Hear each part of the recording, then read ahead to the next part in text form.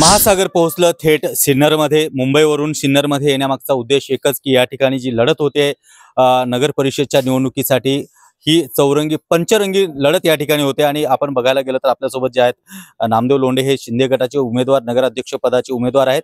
आणि बघायला गेलं तर यांच्या घरामध्ये तब्बल 17 वर्ष नगराध्यक्ष पद हे राहिलं आहे। आणि आज नगराध्यक्ष पदाचे उमेदवार म्हणून लोंढे साहेब या ठिकाणी आहेत। काय सांगाल, बरेच वर्ष तुम्ही हे पद उपभोगलं, जनता तुमच्या पाठीशी आहे, काय विकास कामं केले आणि काय विकास कामं होणं गरजेचं आहे?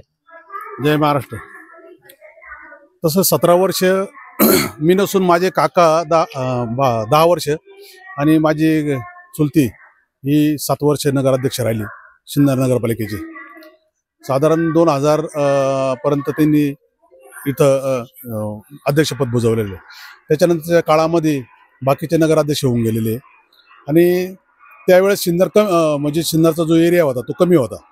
आता सिन्नर हे फार मोठं औद्योगिक वसाहतीमुळे वाढलेले आहे आणि उपनगरामध्ये रस्ते, पाणी, लाईट याची व्यवस्था पूर्ण झालेली नाही। म्हणूनच मी आज सर्व जनतेच्या पाठिंब्यावर मी नगराध्यक्ष पदाचं उमेदवारी केलेली आहे। अगदी नगराध्यक्ष पदासाठी तुम्ही परत थांबलात। सगळ्यात महत्त्वाचा मुद्दा या ठिकाणी की तुमच्या जे महायुतीमध्ये असणारं भाजपा आणि राष्ट्रवादी गट हे देखील या ठिकाणी वेगवेगळे लढत आहे। काय वाटतं की खरं तर महायुती एकत्र लढणार असे संकेत दिले होते, पण याच्यानंतर या ठिकाणी मात्र वेगवेगळे लढत आहेत? नाही, उच्चस्तरीय त्यांचं काही बैठका झाल्या, त्याच्यामधून त्यांचं ठरलेलं होतं का ज्या ठिकाणी तुमचं स्वतःचं अस्तित्व आहे स्वतंत्र, तिथे वेगवेगळ्या लढू शकतात।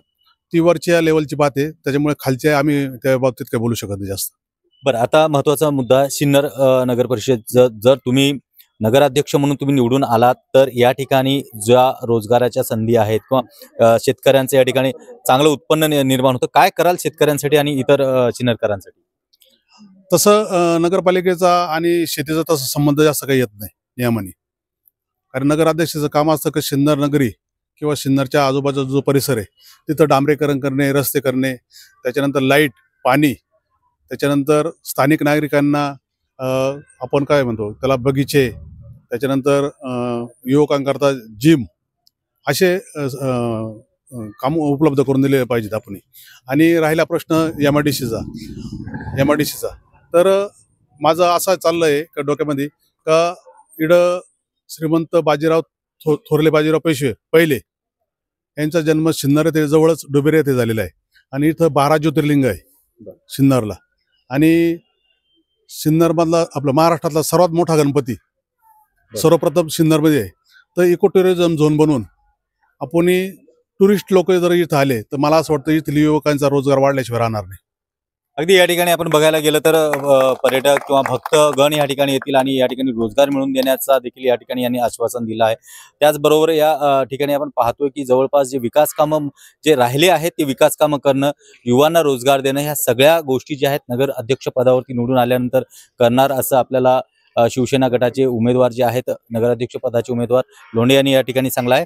पाहूयात की यावेळेस नक्की नगराध्यक्ष पदाची माळ नक्की कुणाच्या गळ्यात पडते। महासागर न्यूजसाठी दत्तात्रय कुलकर्णीसह स्वप्नील दुधारे, मुंबई।